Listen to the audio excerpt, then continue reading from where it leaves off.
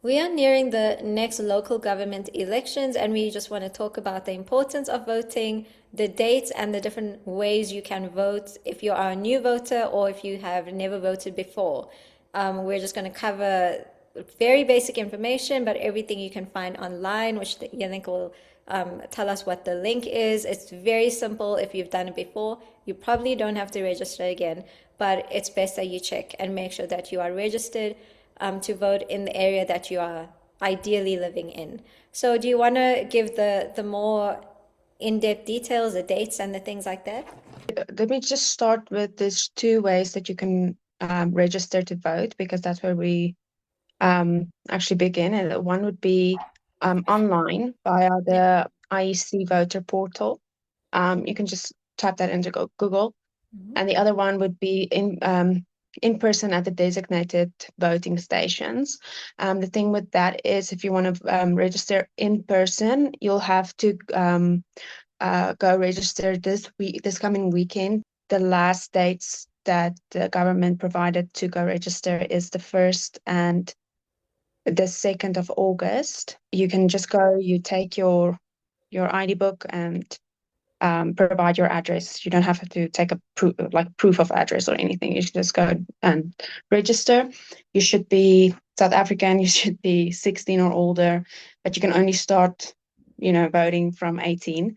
And so, if you're going to do it online, you can follow that link, and then you can click on the option that says that you just register to vote now. You just enter the OTP, and then you provide your ID and also your address. So yeah, and you'll also get an SMS within 24 hours to just let you know that you are registered.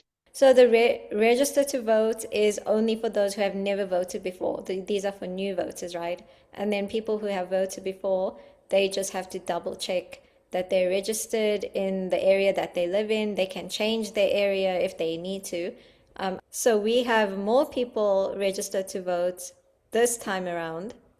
Last time was Mm, 26 million. This time is 28 million, which is good. that's a good thing. And then it says total valid votes is 23.4 million out of 26. So there was quite a large chunk that were not considered valid votes Mm. for whatever reason. So that is just also another reason to pray because that's like a few million votes that just got discarded. So Mm. yeah, that's another reason to pray. And the total votes that were cast compared to the amount of people that actually registered to vote was also down. So 26.2 million people registered to vote last election in 2021, and only 23.8 people actually voted.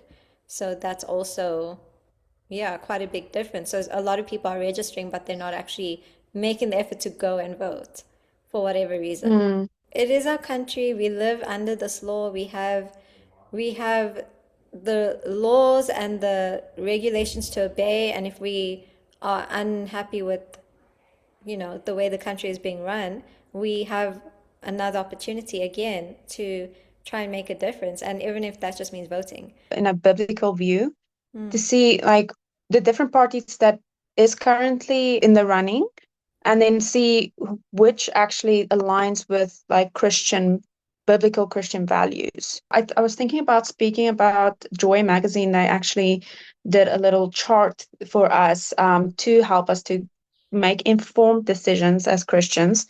And they actually want us to take up this chart and do the research and see like where we are going to decide. So there's only a few that is listed here. You have ACDP, ANC, DA, COPE, EFF, Freedom Front Plus, CAPE, and then Hope for SA.